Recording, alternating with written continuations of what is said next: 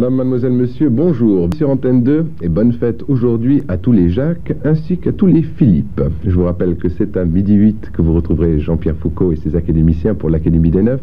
Je vous rappelle que c'est Frédéric François qui est l'invité de la semaine et aujourd'hui c'est Bill de Rem qui sera l'invité de la journée. À partir de 12h45, vous retrouverez Noël Mamère pour la première du journal et tout de suite après, à 13h30, vous pourrez suivre le 16e épisode de notre feuilleton Bergeval et Fils.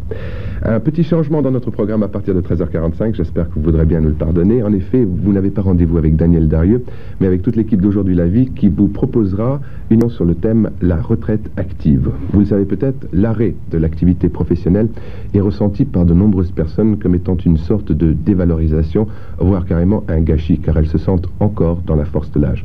Vous en saurez beaucoup plus sur cette retraite active cet après-midi à partir de 13h45 en compagnie de Martine Chardon et de toute l'équipe d'Aujourd'hui la Vie. C'est à 14h45 que vous verrez nos trois drôles de dames dans un nouvel épisode intitulé « Il faut savoir tout faire ». À 15h40, c'est Alain Chauffour qui vous proposera votre télévision, c'est-à-dire la télévision des téléspectateurs avec deux films, L'Ascenseur et La Vallée oubliée. C'est à partir de 16h que si vous avez manqué l'émission de Pierre Dumailly Lire ses vivres, vous le retrouverez. Il nous parlera de la vie de Jésus d'Ernest Renan. À partir de 17h10, Itinéraire avec Sophie Richard nous parlera d'un pionnier du siècle qui a su donner une idée un peu plus juste de la culture africaine. Vous ne connaissez pas Maurice Delafosse, mais vous le connaîtrez beaucoup mieux, ainsi que son Afrique, à partir de 17h10 dans Itinéraire. À 17h45, les enfants retrouveront comme tous les jours leur émission Récré à 2. Et à partir de 10h40, le rendez-vous de la bonne humeur, il s'agit bien entendu du Théâtre de Bouvard. Tout de suite après la troisième édition du journal ce soir, vous avez rendez-vous à partir de 20h35 avec les protagonistes de notre feuilleton Château-Vallon, le 18e épisode. Et celui qui arrive, tu le connais? Tu parles? Il m'a sauté dessus le premier jour où on s'est trouvés ensemble, ou presque. Et alors?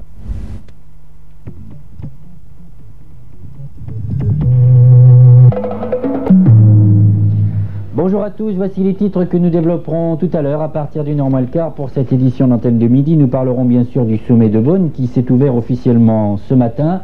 Un sommet de Bonn où, vous le savez, la France est un petit peu isolée. Les positions du président Mitterrand sur la guerre des étoiles et la réforme du système social international ne sont pas partagées par tous ses partenaires européens.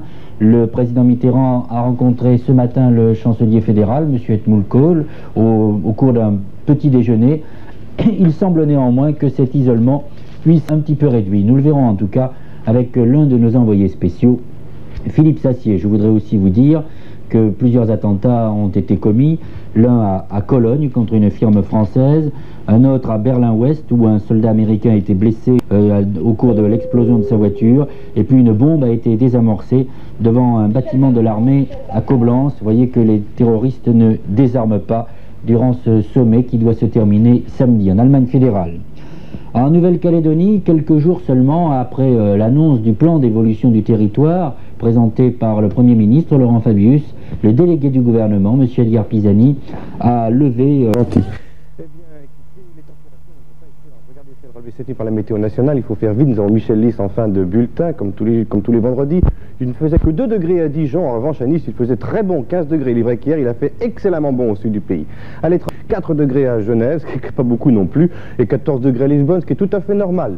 Les pressions barométriques maintenant, très vite. Brest, 1012 millibars, Paris, 1011, Strasbourg, 1009, Clermont, 1011, Bordeaux, 1010, Marseille, 1005, il n'y a pas de doute. Nous sommes bien en dépression. Regardez la carte pour cet après-midi, elle n'est pas brillante. La zone nuageuse qui se situait hier, une nuageuse et pluvieuse qui se situait sur le pays au nord, eh bien, va aller au sud, va donner quelques ondées orageuses au sud, des averses qui vont s'accrocher sur les reliefs, un peu de montagne bien sûr.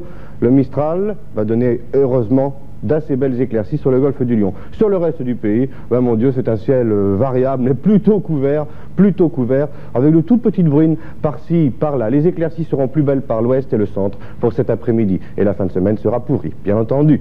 Côté température, eh ben, c'est la baisse depuis plusieurs jours. Alors regardez-les, elles sont affligeantes, elles vont de Lille à Ajaccio. C'est pas bon du tout. 10 degrés, 10 à 14 degrés sur la moitié nord, 9 degrés à Langres même.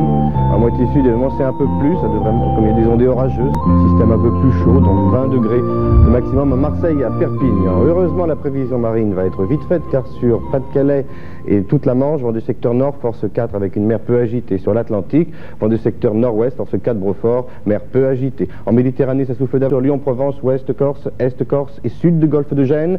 Vent du secteur ouest, force 8 à 9. Attention, c'est un avis de coup de vent. La mer est forte à très forte. C'est assez rare, hein, en Méditerranée en tout cas. Enfin, sur le nord du golfe de Gênes, vent du secteur est, force 5 à 7. La mer est agitée. Michel, il ne nous reste qu'une minute 30. Ce n'est pas grave. Non, Nous avons l'habitude de faire vite.